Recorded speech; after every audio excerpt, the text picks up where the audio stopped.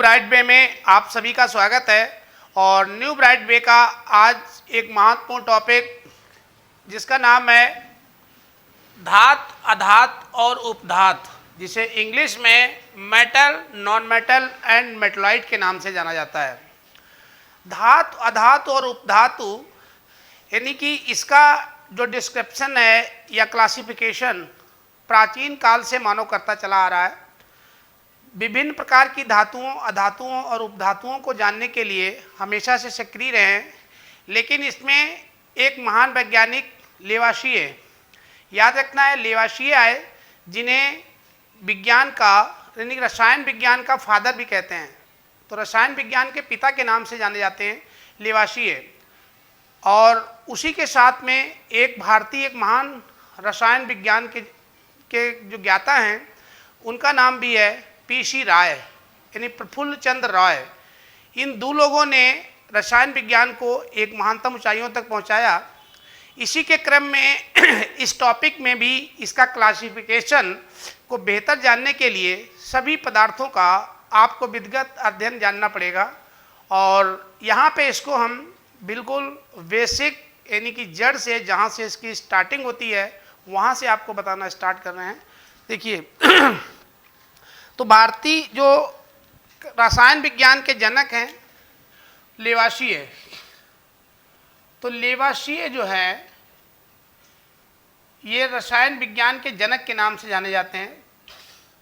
रसायन विज्ञान के जनक,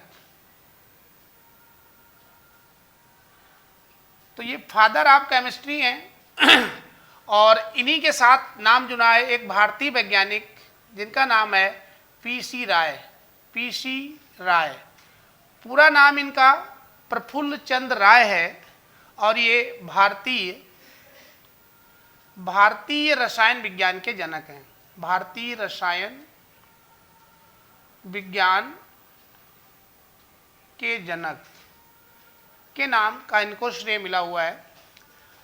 और भी इसमें कई सारे महान वैज्ञानिक पार्टिसिपेट किए हैं, जिसमें मेंडलीफ, जिन्होंने मेंडलीफ पीरियोडिक टेबल बनाई, ठीक है, पाउलिस, इसमें काफ़ी लोग हैं। इन लोगों ने समस्त पदार्थ, जिनके पदार्थ जिसे कहा जाता है, और डाल्टन ने भी जिसको बताया था कि पदार्थ छोटे छोटे कणों से मिलकर बना है, ये वही पदार्थ, उसी पदार्थ की मैं बात कर रहा हूँ। तो इन लोगों ने समस्त पदार्थों का क्लासिफिकेशन किया कि दुनिया में जितने भी पदार्थ हैं, पदार्थ को दूसरा नाम हिंदी में द्रव्य भी होता है। द्रव्य, ये पदार्थ कहें या द्रव्य कहें, एक होता है द्रव, ये है द्रव्य। तो इसमें इन पदार्थों का वर्णन किया कि सारे पदार्थ, अब पदार्थ की इंग्लिश होती है आपकी, इसको इंग्लिश में मैटर या सब्सटेंस के नाम से जानते हैं। सब्सटेंस, इसको सब्सटेंस या मैटर कहते हैं। तो दुनिया में जितने भी पदार्थ हैं उनको एक भौतिक विज्ञान लगा के और एक रसायन विज्ञान लगा करके, यानी दोनों प्रकार की विज्ञानों के आधार पे इन्हें दो वर्गों में बांटा गया है। तो ये आपके मेनली टू टाइप से डिवाइड हो जाते हैं। एक इसमें ये सबसे ध्यान देना है कि एक इसमें भौतिक विज्ञान के आधार पे, तो भौतिक विज्ञान के आधार पर, तो एक तो इनका भौतिक विज्ञान के आधार पर on the basis of physics, तो इनको डिवाइड किया गया है on the basis of physics. तो on the basis of physics, physics के आधार पे पदार्थों को कई भागों में बांटा गया है। जैसे तो जब इसमें पदार्थों का क्लासिफिकेशन की बात आई तो इसमें फिजिक्स लगाई गई। तो फिजिक्स के आधार पे ये कई पार्ट में डिवाइड हो जाते हैं, जिसमें आपके पहले हैं, नंबर 1 पे आ जाता है आपका ठोस, नंबर 2 द्रव,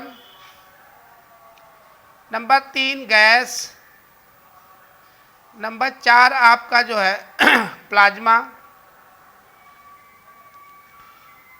प्लाज्मा हो गया, और number 5 Bose-Einstein condensate. Bose-Einstein condensate, ये 5 प्रमुख अवस्थाएं हैं। लेकिन इसमें यदि कुल अवस्थाओं की बात करें, कुल, तो पदार्थ जो है कुल 22 अवस्थाओं में पाया जाता है, जिसमें से 5 मेन हैं। और इसमें से एक पदार्थ आपका जो द्रव में आता है, जिसको हम पानी कहते हैं, पानी। पानी जो है तीनों अवस्थाओं में पाया जाता है, ये भी हमें ध्यान रखना है। पानी ठोस अवस्था में भी रहता है। ठोस तब होता है जब ये बर्फ के फॉर्म में होता है, और द्रव तो ये जनरली रहता ही है, जो पीने ये वाला पानी आपका। और उसके बाद में इसकी जो वाष्प है, तो जो वाष्प होती है वो गैस के फॉर्म में होती है। तो पानी एक ऐसा पदार्थ है, फिजिक्स ने ये चीज़ हमको बता रखी है कि जो तीनों ही अवस्थाओं में मिलता है। इसको ठोस बर्फ के रूप में भी आप देखेंगे, द्रव पे भी अक्सर दिखते ही है, नदियों में, पहाड़ों पे, झरने में, और गैस वाष्प के रूप में दिखाई पड़ता है। एक इस पे और महत्वपूर्ण क्वेश्चन यहीं पे उठता है कि वो कौन सा टेम्परेचर है या तापमान है जहाँ पे ये तीनों अवस्थाएं पाई जाती हैं। तो पानी में ठोस, द्रव और तीनों अवस्थाएं जहाँ पे मिलती हैं उसे कहते हैं त्रिक बिंदु। ये होता है त्रिक बिंदु। कई बार ये महत्वपूर्ण कंपटीशन में भी पूछा गया है। त्रिक बिंदु मतलब ट्रिपल पॉइंट, ट्रिपल पॉइंट। तो जहाँ पे ये तीनों अवस्थाएं मिलती हैं, जहाँ पे पानी, बर्फ भी हो, द्रव भी हो और गैस भी हो, तो ऐसे बिंदु को त्रिक बिंदु कहते हैं। और ये अवस्था आपकी प्राप्त होती है 0 डिग्री सेंटीग्रेड। याद रखिएगा, 0 डिग्री सेंटीग्रेड पर त्रिक बिंदु प्राप्त होता है। और यहाँ पे कुछ पानी बर्फ के फॉर्म में रहता है, कुछ 0 डिग्री सेंटीग्रेड पे कुछ अभी पानी बना रहता है, कुछ बाष्प बन के उड़ता भी है। तो इस तरीके से ये इसका क्लासिफिकेशन फिजिक्स के आधार पे किया गया पदार्थों का। इसके बाद में फिर इनका क्लासीफाई हुआ, और अब इसमें रसायन विज्ञान जो हमें पढ़ना है, केमिस्ट्री, अब हम लोग उसी के आधार पे इसका क्लासिफिकेशन देखते हैं। तो केमिस्ट्री के आधार पे इसको जो बांटा गया वो आपका यहाँ पे मुख्य रूप से ये इसके 3 पार्ट बन गए। तो ये रसायन विज्ञान के आधार पे है। इसको पहले लिख लीजिए, on the basis of chemistry. तो रसायन विज्ञान के आधार पे पदार्थों का वर्गीकरण। तो यहाँ पे लिखेंगे रसायन विज्ञान के आधार पर, विज्ञान के आधार पर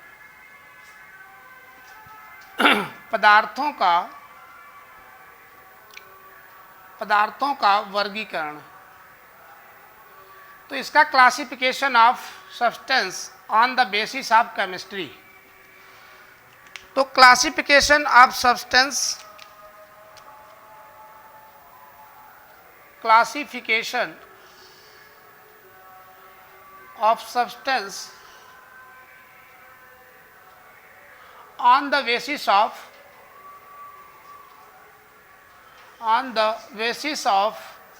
chemistry, on the basis of chemistry। तो केमिस्ट्री के आधार पे जो पदार्थों को बांटा गया है वो उसके 3 प्रमुख मुख्य बेस बनाए गए। एक इसमें पहला जो आया है वो आए हैं आपके तत्व। काफ़ी महत्वपूर्ण है, इसका एक चैप्टर भी रहता है आपके सिलेबस में। तो इसको तत्व बोलते हैं। तत्व की इंग्लिश होती है एलिमेंट, एलिमेंट। तो ये केमिस्ट्री ने पदार्थों का पहला जो नाम दिया वो तत्व बताया है, एलिमेंट। ये भी एक दूसरे पदार्थ का नाम दिए हैं। तो दूसरा पदार्थ जो है वो आपके यौगिक। तो यौगिक को हम लोग कंपाउंड बोलते हैं, कंपाउंड। तो कंपाउंड भी एक पदार्थ ही है, तत्व भी पदार्थ का ही वर्गीकरण है केमिस्ट्री के आधार पे। और तीसरा जो दिया गया है वो है आपका मिश्रण। मिश्रण को हम लोग मिक्सचर बोलते हैं, मिक्सचर। तो ये इस तरीके से केमिस्ट्री ने पदार्थों का जो वर्गीकरण किया वो 3 प्रकार से क्लासिफाई किया। अब इसमें से जो तत्व हैं, अब तत्वों का वर्गीकरण फर्दर किया गया, तो तत्वों को जो पुनः बांटा गया तो वो इसको फिर 3 भागों में बांट दिया गया। तो तत्वों का जो वर्गीकरण है वो आपका सबसे पहला बनता है धातु, जो आपका आज का टॉपिक है धातु। तो आप धातु समझते हैं पदार्थ का ही एक पार्ट है। तो धातु ये आपका जिसको आप मेटल कहते हैं, जिसे आप पढ़ने वाले हैं, अभी हम लोग पढ़ेंगे, तो एक्चुअल में ये पदार्थ का ही रसायन विज्ञान के आधार पे क्लासिफिकेशन है, तत्व का भी पार्ट है धातु। दूसरा वाला इसी में बन गया अधातु, तो अधातु को आप नॉन मेटल कहते हैं, नॉन मेटल। और तीसरे वाले को जो बचा हुआ था वो दोनों के गुण पाए जाते हैं, इसलिए उसको कहते हैं तीसरे वाले को उपधातु। तो जो उपधातु है जिसको हम मेटलॉइड बोलते हैं, मेटालॉइड, इसमें तो ये धातु, अधातु और उपधातु यानी कि मेटल, नॉन मेटल और मेटलॉइड ये तत्व के ही क्लासिफिकेशन में आते हैं, एलिमेंट्स के पार्ट्स होते हैं। तो ये हमें सबसे इम्पोर्टेंट इसमें ध्यान रखना है। यदि ये चीज़ आपके सामने चार्ट नहीं रखते तो आप कभी नहीं जान पाते कि धातु, अधातु और उपधातु ये पदार्थ के पार्ट हैं या क्या हैं, यौगिक हैं, मिश्रण है, क्या है। इसलिए इस टेबल को केमिस्ट्री पढ़ने से पहले आपको बहुत महत्वपूर्ण है, हमेशा ध्यान रखना है और अपने चैप्टर जो भी आप फेयर बनाते हैं उसके फ्रंट पेज पे इसको बना लेना है। उसके बाद में जो यौगिक आए, अब यौगिकों की जो कहानी है वो थोड़ी सी अलग है। यौगिक आपके ऑलरेडी जो हैं वो 2 प्रकार के हैं, ये बहुत ज़्यादा नहीं है। यौगिकों को जो क्लासिफाई किया गया तो ये 2 प्रकार के हैं। एक वे होते हैं जिनमें कार्बन पाया जाए, तो कार्बनिक यौगिक। एक वो होते हैं जिनमें कार्बन न पाया जाए। तो ये कार्बन के आधार पर बांटा गया है, कार्बन के आधार पर। तो कंपाउंडों को कार्बन के आधार पर बांटा जाता है। तो एक तो कार्बनिक यौगिक, कार्बनिक यौगिक, ऑर्गेनिक कंपाउंड, ऑर्गेनिक कंपाउंड। तो ये आपके ऑर्गेनिक कंपाउंड। एक दूसरे होते हैं जिसमें कार्बन न पाया जाए, तो उनको अकार्बनिक बोलते हैं, अकार्बनिक, अकार्बनिक यौगिक। इनऑर्गेनिक, इसकी इंग्लिश होती है इनऑर्गेनिक कंपाउंड। तो ये इनऑर्गेनिक और ऑर्गेनिक 2 पार्ट में बटे हैं। पहचान सिंपल है कि जिसमें कार्बन उपस्थित हो, सी उपस्थित हो, यानी इसमें कार्बन उपस्थित रहता है। तो जिन यौगिकों में कार्बन दिखे वो कार्बनिक यौगिक, और जिसमें कार्बन ना हो, कार्बन ना हो तो उसे अकार्बनिक। और ये ऑर्गेनिक और इनऑर्गेनिक केमिस्ट्री की 2 बड़ी ब्रांच बन जाती हैं। उसमें से ज़्यादातर तत्व ऑर्गेनिक पाए जाते हैं। अब इसमें से ऑर्गेनिक तत्वों में जैसे आपका मीथेन हो गया, CH4 मेथेन बोलते हैं। इसमें देखिए कार्बन है, एथेन, C2H5, इस टाइप से मेथेन, एथेन। तो जिनमें कार्बन दिखे और जिसमें कार्बन दिखाई ना दे वो आपके जैसे जल, H2O। अब जल एक कैसा यौगिक है, तो ये आपका अकार्बनिक है क्योंकि इसमें कार्बन नहीं है। उसके बाद में सल्फ्यूरिक अम्ल H2SO4। अभी हम लोगों ने सल्फ्यूरिक अम्ल जिसको हम तेजाब कहते हैं, ये बताइए कैसा यौगिक है। तो तेजाब भी हमारा एक इनऑर्गेनिक है। उसके बाद में SO2 सल्फर डाइऑक्साइड। तो इस तरीके से इनका क्लासिफिकेशन हुआ। मिश्रण देखिए, अब एक चीज़ यहाँ पे और जाननी है जो बहुत महत्वपूर्ण है और उसका समझना भी बहुत आवश्यक है। यदि आपसे पूछा गया कि शुद्ध पदार्थ किसे कहते हैं, तो इसमें जो प्योर सब्सटेंस हैं, ये ध्यान रखिएगा, तत्वों को शुद्ध पदार्थ कहा जाता है। ये शुद्ध पदार्थ हैं। शुद्ध पदार्थ। तो शुद्ध पदार्थ मतलब प्योर, ये आपके प्योर सब्सटेंस। एक तो तत्व शुद्ध पदार्थ में आते हैं और यौगिक भी आपके शुद्ध पदार्थ में आते हैं। तो ध्यान रखिएगा, शुद्ध पदार्थ में ये तत्व भी हैं और शुद्ध पदार्थ में आपके यौगिक भी हैं। तो यौगिकों को, इनको जो आपके कंपाउंड्स हैं, इन्हें भी शुद्ध पदार्थ माना जाता है और तत्वों को भी शुद्ध पदार्थ माना जाता है। तो जब इनको शुद्ध पदार्थ मानोगे तो धातु, धातु और उपधातु अपने आप शुद्ध हो जाएगा और ये वाले भी अपने आप शुद्ध हो जाएंगे। खाली अशुद्ध में ये आता है। अब तत्वों की परिभाषा आपको मालूम है, जिसमें एक ही प्रकार के परमाणु हो या एक ही परमाणु हो, एक ही प्रकार के जिसमें परमाणु हो, परमाणु मतलब एटम। तो जिसमें एक ही प्रकार के परमाणु होते हैं उन्हें तत्व कहते हैं। और इसमें परमाणु दो या दो से अधिक प्रकार के परमाणु होंगे, लेकिन उनका कोई निश्चित अनुपात होगा। इसमें दो भी हो सकते हैं कम से कम, या दो से अधिक भी हो सकते हैं, अधिक प्रकार के। लेकिन खासियत यह है कि इनका कोई फार्मूला होगा, कोई सूत्र होगा, कोई निश्चित अनुपात होगा। और मिश्रण जो होते हैं, मिश्रण में दो या दो से अधिक प्रकार के पदार्थ तो रहेंगे, लेकिन उसका कोई निश्चित अनुपात या कोई निश्चित फार्मूला नहीं होता है, तो उन्हें मिश्रण कहा जाता है। अब मिश्रण भी आपके दो प्रकार के हो जाते हैं, एक समांगी मिश्रण, समांगी मिश्रण, और दूसरे विषमांगी, विषमांगी मिश्रण। तो जिसमें कोई चीज घोली जाए और वो बराबर मात्रा में मिल जाए तो वो समांगी बन जाते हैं। जैसे आपका शरबत हो गया, शरबत। अब उसके बाद में विलयन, और एक विषमांगी में आपका बहुत सारे आ जाएंगे। जैसे वायु हो गई, आपका रक्त हो गया, ब्लड, गंदा जल, तो जो गंदा जल होता है वो भी, तो ये सब इसमें कई सारे इसमें आ जाएंगे। तो ये ध्यान रखेंगे कि जिनका कोई निश्चित फार्मूला ना हो, धातुएं वो भी हैं लेकिन वो अशुद्ध हैं, तो इन्हें जो मिश्रण होते हैं, मिश्रणों को अशुद्ध धातु कहते हैं, अशुद्ध धातु।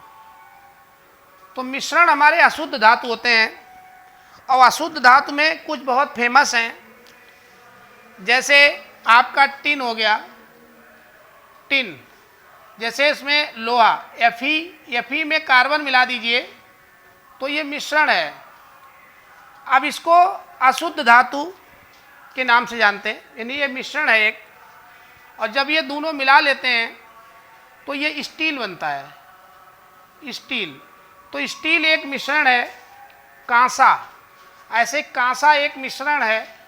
मानव द्वारा बनाई जाने वाली पहली मिश्र धातु कांसा ही है, जो मानव ने जो है आपके बहुत पुराने ऐतिहासिक काल में बनाई है। कांसा है, स्टील है, तो ये सब आपके मिश्रण। ब्रॉन्ज है, ये मिश्रण है। पीतल भी इसी का, पीतल भी एक मिश्रण है। तो इस तरीके से ये मिश्रण होते हैं जिनमें कोई निश्चित अनुपात नहीं होता है। इसके अनुपात को हम कम ज़्यादा कर सकते हैं। यदि हमने लोहा में कार्बन ज़्यादा कर दिया तो वो इस्पात बहुत मजबूत बन जाता है, लेकिन काला हो जाता है। जो थाली हमारी होती है वो लोहा और कार्बन का ही मिश्रण होती हैं, जो स्टील होती हैं, लेकिन उसमें कार्बन कम रहता है, इसलिए सफ़ेद दिखती हैं। अब हम लोग ये उम्मीद करते हैं कि इसको आपने समझ लिया होगा। अब हम चलते हैं और, तो धातु, अधातु और जो उपधातु हैं, ये पदार्थ को ही एक वर्गीकरण किया गया। तो उसी में शुद्ध, जो शुद्ध पदार्थ होते हैं उन्हें तत्व और यौगिक कहते हैं। उसमें से जो तत्व है, तत्व में ही आते हैं धातु, यानी मेटल और नॉन मेटल और मेटलॉइड। चलिए, तो अब उम्मीद करते हैं ये चीज़ आपने यहाँ तक सीख ली होगी। अब इसके आगे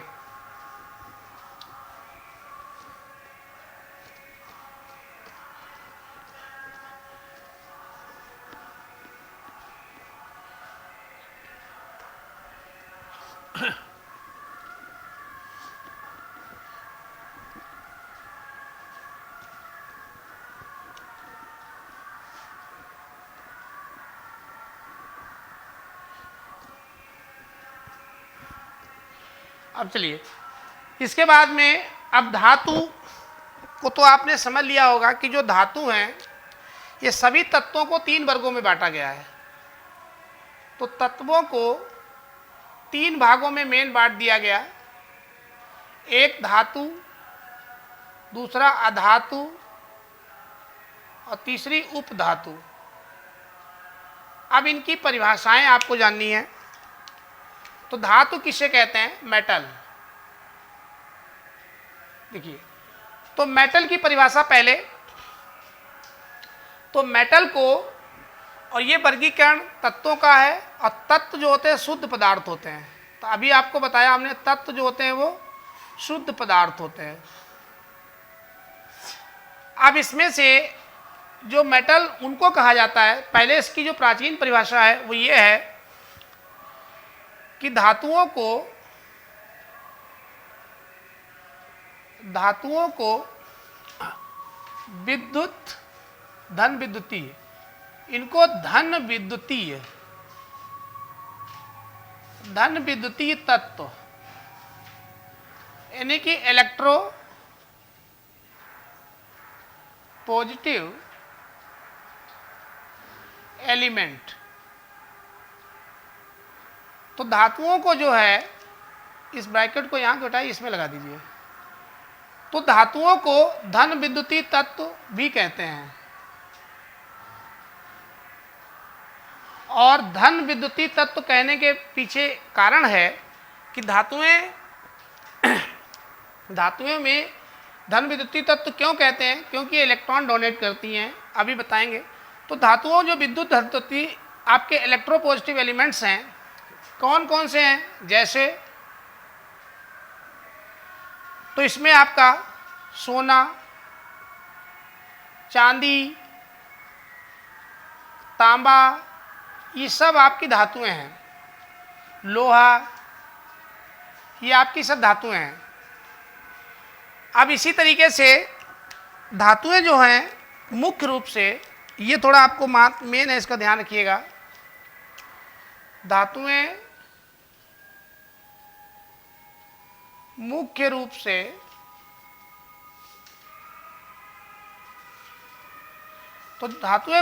से ठोस या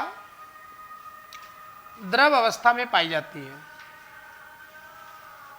द्रव अवस्था में पाई जाती है। तो प्रकृति में जो धातुएं मिलती हैं, ज़्यादातर 99% तो वो ठोस होती हैं। अरे द्रव धातु में केवल एक है, आपको ऐसे याद कर लीजिए। जो द्रव धातु है वो आपका पारा है, पारा Hg, जिसको आप मरकरी भी कहते हैं। तो मरकरी केवल एक ऐसी धातु है, एक ऐसी धातु है,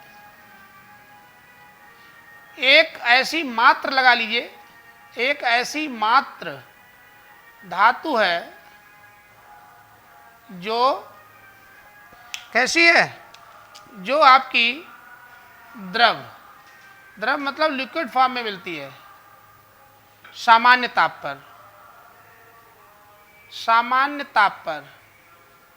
तो सामान्य ताप पे ये द्रव अवस्था में रहती है, इसीलिए इसको जो है थर्मोमीटर में प्रयोग किया जाता है। तो ये बहुत बड़ा कारण है इसको मरकरी थर्मोमीटर बनाने का। तो याद रखेंगे, पारा या इसका नाम दूसरा मरकरी है, ये एक अकेली ऐसी द्रव धातु है जो द्रव अवस्था में मिलती है। बाकी सभी धातुएं सॉलिड स्टेट में पाई जाती हैं। तो यहाँ से कई बार क्वेश्चन बना है। अब इसमें धातु की जो आधुनिक परिभाषा है उसको समझ लिया जाए। तो धातु की आधुनिक परिभाषा, धातुओं की आधुनिक परिभाषा, तो जो मॉडर्न डेफिनेशन आई है, जो आजकल चल रही है, वो आपको जानना ज़्यादा महत्वपूर्ण है, क्योंकि उसी के बेस पे आपको हर चीज़ अब बतानी है। ये पहले की डेफिनेशन है। तो मॉडर्न डेफिनेशन देखिए क्या बनाई गई। तो धातुएं वे पदार्थ हैं जो इलेक्ट्रॉन देते हैं वो भी की संख्या भी निर्धारित है, 1, 2 या 3। तो जो ऐसी धातुएं जो 1, 2 या 3 इलेक्ट्रॉन देती हैं उन्हें धातु कहा जाता है। तो जो इलेक्ट्रॉन देने का काम करें वो धातुएं हैं।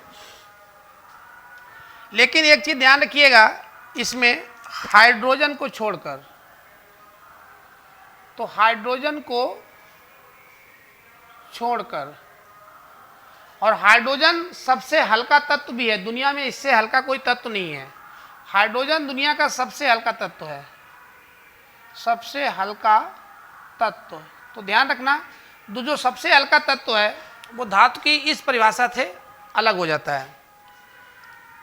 तो धातुएं वे पदार्थ हैं जो इलेक्ट्रॉन देते हैं 1, 2, 3। जैसे आपका सोडियम हो गया, तो सोडियम 11 होता है, इसको तोड़िए 2, 8, 1।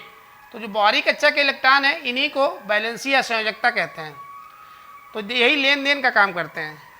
ऐसे कैल्शियम 20, तो 2, 8, 8, 2, इसकी भी बारीक कक्षा में 2 इलेक्ट्रॉन है तो धातु है, ऐसे पहचान लेंगे। उसी तरीके से एल्युमिनियम Al3 13 होता है, तो 2, 8, 3। तो ये सब धातुएं हैं जिनकी बारीक कक्षा में 1, 2 या 3 इलेक्ट्रॉन होते हैं, वो धातु कहलाती हैं। तो ये मॉडर्न डेफिनेशन आई इनकी लेकिन इसमें हाइड्रोजन को छोड़ दिया गया। अब देखिए इसको दिखाएंगे कैसे। अब जैसे सोडियम है Na, तो Na क्या करेगा, ये ने एक परमाणु है, सोडियम परमाणु। तो ये सोडियम परमाणु है, सोडियम एटम है। अब ये इलेक्ट्रॉन को डोनेट करेगा, तो ये बाहर की कक्षा में इसका 1 इलेक्ट्रॉन है तो इसको ये दे देता है। तो जब ये 1 इलेक्ट्रॉन देता है तो इसके ऊपर 1 प्लस चार्ज आ जाता है। अब ये सोडियम आयन बन गया और 1 इलेक्ट्रॉन ये निकाल दिया इसने। अब इसको कहेंगे सोडियम आयन, सोडियम आयन। अब ऐसे ही कैल्शियम के देखिए, कैल्शियम बारीक कक्षा में 2 इलेक्ट्रॉन है तो ये 2 इलेक्ट्रॉन डोनेट कर देगा। तो ये तो है कैल्शियम परमाणु, कैल्शियम परमाणु। अब कैल्शियम परमाणु जब इलेक्ट्रॉन 2 डोनेट करेगा तो उसके ऊपर +2 आएगा। इसके मतलब ये 2 इलेक्ट्रॉन निकालेगा, -2e, 2 इलेक्ट्रॉन ये बाहर निकाल देगा। तो इस तरीके से अब ये जैसे 2 बाहर निकालेगा, अब ये बन जाएगा कैल्शियम आयन, कैल्शियम आयन। तो इनके ऊपर धनात्मक आयन आ जाता है। तो इस तरीके से ये परमाणु से देखिए आयन कैसे बनते हैं, यहाँ पे ये चीज़ भी आप समझ सकते हैं। तो जो इलेक्ट्रॉन को देते हैं, और वो भी 1, 2 या 3, ये भी ध्यान रखिएगा, जिनकी बारीक कक्षा में 1, 2 या 3 इलेक्ट्रॉन होंगे वही धातु होती हैं। अब आपको इसके बाद में अधातु की डेफिनेशन बताते हैं। अधातु क्या है?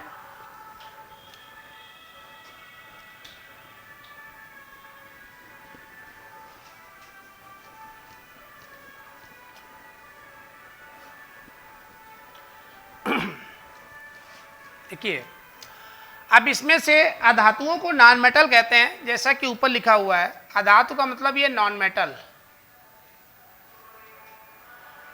तो इसमें पहले तो आपको हम पुरानी डेफिनेशन बताएंगे, फिर उसके बाद आधुनिक बताएंगे।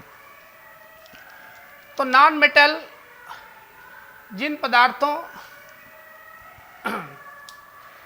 जिन या वे पदार्थ जो ऋण विद्युतीय होते हैं, ऋण विद्युतीय, और ऋण विद्युतीय को कहते हैं इलेक्ट्रोनेगेटिव, इलेक्ट्रोनेगेटिव। तो जितने भी ऋण विद्युतीय पदार्थ हैं, तो वे पदार्थ जो ऋण विद्युतीय होते हैं उन्हें अधातु कहते हैं। तो तो उन्हीं को अधातु कहा जाता है। अब कौन से इलेक्ट्रोनेगेटिव में आते हैं, और जैसे इसमें जैसे आपकी क्लोरीन हो गई Cl, गैसें हो गई ऑक्सीजन, नाइट्रोजन, सारी गैसें इसी में आ जाती हैं। कार्बन डाइऑक्साइड या कार्बन नहीं है इसमें हाँ, उसके बाद में नियॉन ले लीजिए, तो गैसें सब इसी में आ जाती हैं। तो ये ऋण विद्युतीय होते हैं। तो ऋण विद्युतीय पदार्थों को अधातु कहा जाता है। ये डेफिनेशन पुरानी वाली है। अब जो आधुनिक परिभाषा है वो देखिए क्या है, वो आपके लिए ज़्यादा महत्वपूर्ण है।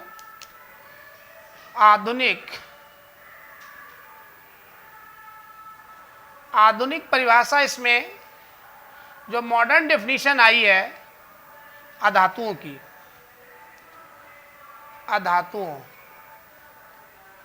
तो अधातुओं की जो आधुनिक परिभाषा बनी है वो क्या कहती है कि वे पदार्थ जो इलेक्ट्रॉन ग्रहण करते हैं, उसी का ठीक उल्टा धातुएं वे थी जो इलेक्ट्रॉन देते थे। जो पदार्थ इलेक्ट्रॉन देते हैं वो धातु हैं, और जो पदार्थ इलेक्ट्रॉन ग्रहण करते हैं वे अधातु हैं। तो जो ग्रहण करते हैं वे उन्हें अधातु कहते हैं। ये आजकल की परिभाषा, उन्हें अधातु कहते हैं। जैसे अब इसमें जैसे में देख लीजिए ऑक्सीजन हो गया, तो ऑक्सीजन का परमाणु क्रमांक कितना होता है, ऑक्सीजन 8 हो गया, तो 2 6 बारीक कक्षा में इसके 6 हैं। उसके बाद में एक और ले लीजिए क्लोरीन Cl, 17, तो 2 8 7, इसकी बारीक कक्षा में 7 हैं। फास्फोरस ले लीजिए P, 15 होता है, तो 2 5 हैं, तो 5 6 7, एक आप न्यानी ले लीजिए 10, तो 2 8, बारीक कक्षा में 8। तो जिनकी हालांकि ये लेन देन नहीं करते हैं इसलिए ये निष्क्रिय कहलाते हैं, ये निष्क्रिय में आ जाते हैं। निष्क्रिय, इनरिएक्टिव, निष्क्रिय, तो ये निष्क्रिय तत्व होते हैं या निष्क्रिय पदार्थ होते हैं। अब इसमें मॉडर्न डेफिनेशन लगाइए, कैसे इसको बांटेंगे। तो मॉडर्न डेफिनेशन के आधार पे कि वे पदार्थ जो इलेक्ट्रॉन ग्रहण करते हैं, जैसे फास्फोरस को ही ले लीजिए, तो फास्फोरस की बारीक कक्षा में 5 हैं, तो इसके पास कितने इसके इलेक्ट्रॉन और मिल जाएं कि ये अष्टक कंप्लीट कर ले, 8 कंप्लीट कर ले। क्योंकि हर धातु हो चाहे धातु हो, सब स्थायी होना चाहते हैं, और स्थायी होने के लिए उनकी बारीक कक्षा में 8 इलेक्ट्रॉनों का होना आवश्यक होता है। तो इसलिए यहाँ पे फास्फोरस है। अब ये क्या करेगा, तो फास्फोरस यहाँ से इलेक्ट्रॉन निकालेगा, 5 ही इलेक्ट्रॉन इसके निकलेंगे, यहाँ से जुड़ेंगे इसमें, ये तो ग्रहण करेगा। तो ये है इसका परमाणु, फास्फोरस परमाणु,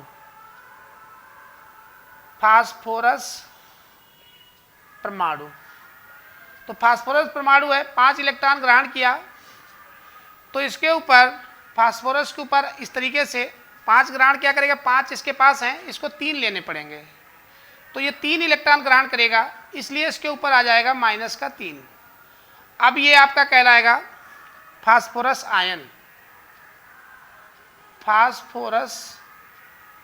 आयन, इसी तरीके से Cl क्लोरीन है।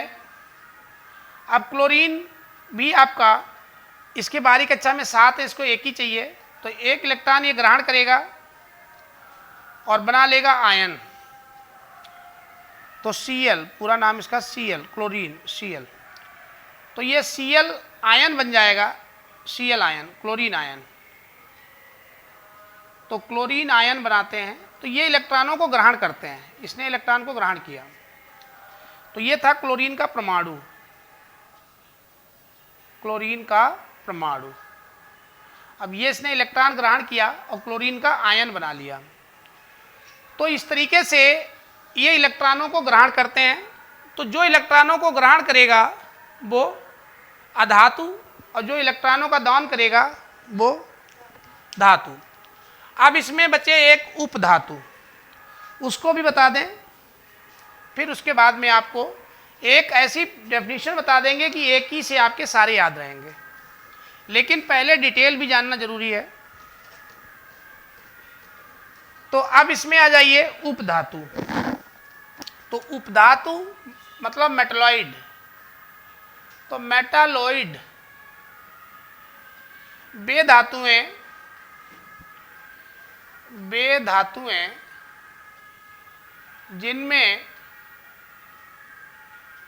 देखो धातु के भी लक्षण पाए जाएं, धातु और अधातु के भी लक्षण पाए जाएं, जिनमें धातु और धातु दोनों के गुण पाए जाते हैं, दोनों के गुण पाए जाते हैं। तो जिनमें दोनों के गुण पाए जाएं उन्हें क्या कहेंगे? उपधातु कहते हैं, मेटलॉइड कहते हैं। तो मेटलॉइड या उपधातुओं को पदार्थों का किन्नर भी कहा जाता है, क्योंकि इसमें मेटल के भी कैरेक्टर हैं और नॉन मेटल के भी कैरेक्टर हैं, और इनकी संख्या बहुत कम है, गिने चुने ये 6 ही हैं। उदाहरण के तौर पे ले लीजिए, तो उसमें उदाहरण में इसका आपका सिलिकॉन हो गया, जिसको गांव की भाषा में बालू कहते हैं। सिलिकॉन, गांव की भाषा में इसको बालू या सिलिका कहते हैं, सिलिका। इसका रासायनिक सूत्र SI है। उसके बाद दूसरा आपका वो जर्मेनियम, ये बहुत महंगा है, जर्मेनियम। तो ये GE, ये भी आपकी एक उपधातु है। आर्सेनिक, तो आर्सेनिक, एंटीमनी, आर्सेनिक आपकी AS, एंटीमनी SB। तो ये कुछ आपकी उपधातुएं हैं जिनमें दोनों के लक्षण पाए जाते हैं, धातु और अधातु के। और ये बहुत महत्वपूर्ण भी है, क्योंकि अधिकतर जितनी हमारी इलेक्ट्रॉनिक्स है, ये मोबाइल्स हैं, इनके एनोड, कैथोड, डायोड, ये सब ज़्यादातर सिलिकॉन और जर्मेनियम के ही बनाए जाते हैं। क्योंकि अब इसके बाद में इनकी एक कॉमन डेफिनेशन, फिर उसको देखिए। और एक इसमें एक विशेष नोट आप ध्यान रखेंगे यहाँ पे। तो नोट ये है कि जिन पदार्थों के बाहरी कक्षा, बाहरी कक्षा का मतलब होता है एक्सटर्नल ऑर्बिट, जिन पदार्थों के परमाणुओं, परमाणु मतलब एटम्स की बाहरी कक्षाओं में। तो जो बाहरी कक्षाएं होती हैं, बाहरी कक्षाओं में, तो बाहरी कक्षाओं में यदि आपको ध्यान रखना है, बाहरी कक्षाओं में यदि 1, 2 या 3, तो जिन परमाणुओं की बाहरी कक्षाओं में 1, 2, 3 इलेक्ट्रॉन हो, उन्हें कहा जाता है धातु। वो तो बन जाएंगी धातु। ये सबसे बढ़िया पहचान है, वो धातु कहलाते हैं, मेटल होते हैं, उन्हें तो मेटल कहा जाता है। और जिनकी बाहरी कक्षाओं में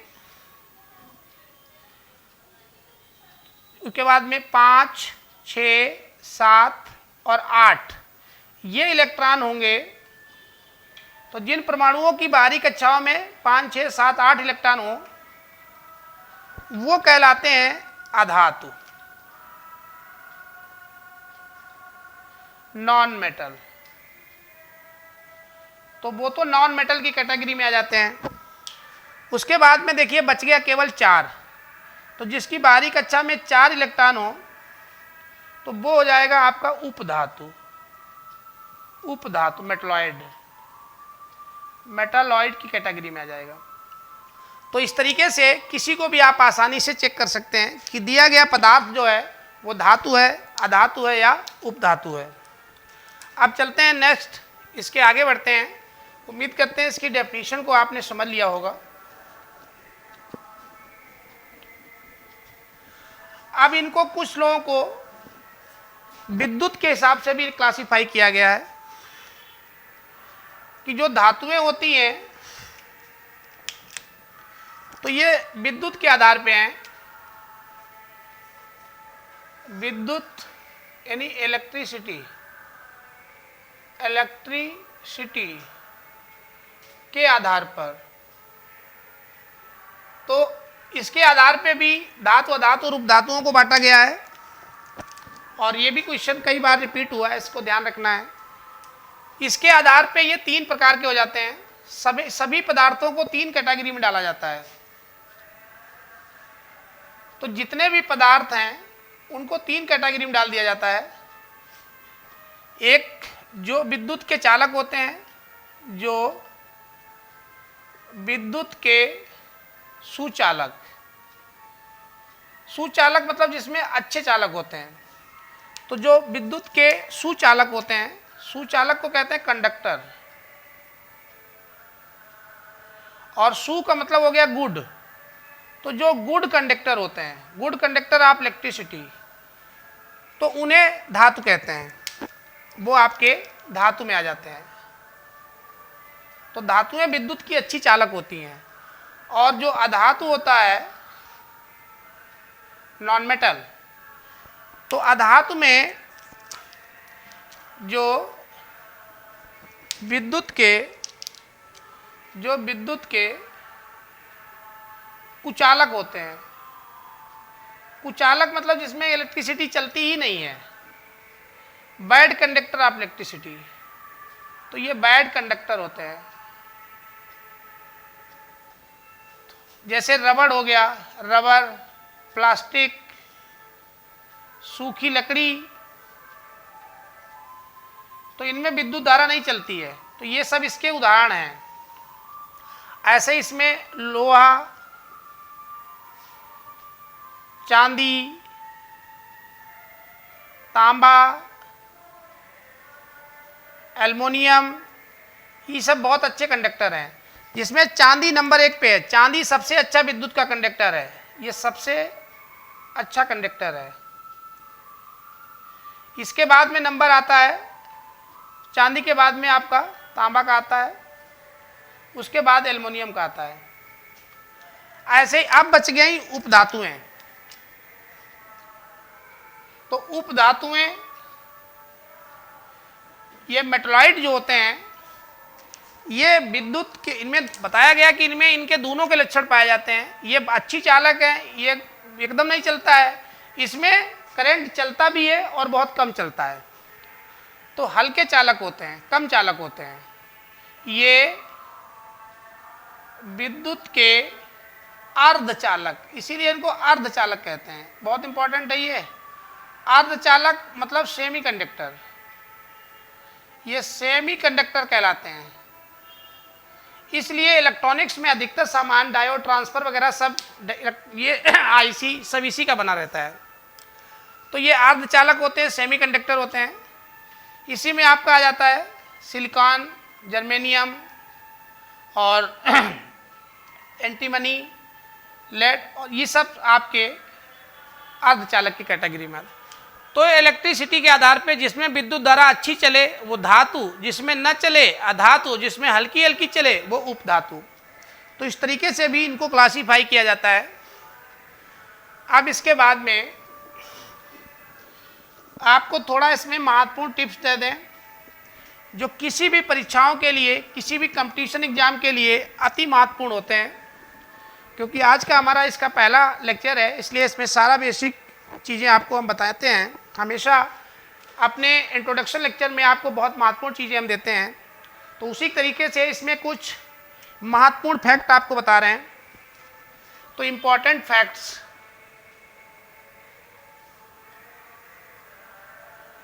तो इंपॉर्टेंट फैक्ट्स के अंतर्गत आपको सबसे पहले जानना है कि जर्कोनियम एक ऐसा तत्व है, अब आप चाहे तत्व कहें या पदार्थ कहें, जो तत्व होते हैं वो शुद्ध पदार्थ होते हैं। तो जर्कोनियम एक ऐसा पदार्थ है जो बगैर ऑक्सीजन जलता है। तो ये कई बार क्वेश्चन पूछा गया है, तो ध्यान रखेंगे कि जर्कोनियम एक ऐसा पदार्थ है जो बगैर ऑक्सीजन जलता है, यह ऐसी धातु है। उसके बाद दूसरा हाइड्रोजन। तो हाइड्रोजन सबसे हल्की धातु है। हाइड्रोजन सबसे हल्की धातु है, ये आपको ध्यान रखना है, इससे हल्का कोई होता ही नहीं है। उसके बाद तीसरे नंबर पे आपको ध्यान रखना है कि इसमें तो जर्कोनियम आपका हो गया, हाइड्रोजन सबसे हल्का हो गया। जितने भी पदार्थ अभी तक दुनिया में पाए जाते हैं, पदार्थ यानी कि वो धातु अधातु पदार्थ, तो उसमें से 80% धातुएं हैं। पृथ्वी पर पाए जाने वाले समस्त पदार्थों में, तो पृथ्वी पर पाए जाने वाले समस्त पदार्थों में 80% यानी 80% धातुएं हैं और 20% से कुछ कम अधातुएं हैं। और जो उपधातु हैं उनकी संख्या पॉइंटों में है, उपधातु। तो ये ध्यान रखिएगा। तो ज़्यादातर प्रकृति में धातुएं पाई जाती हैं, 20% उपधातुएं पाई जाती हैं और लगभग 0.001% उपधातुएं हैं। तो ये मेटल सबसे अधिक पाए जाते हैं। अब इसमें एक चीज़ और आपको यहीं पे ध्यान कर लीजिए कि धातुएं जो होती हैं लगभग सभी धातुएं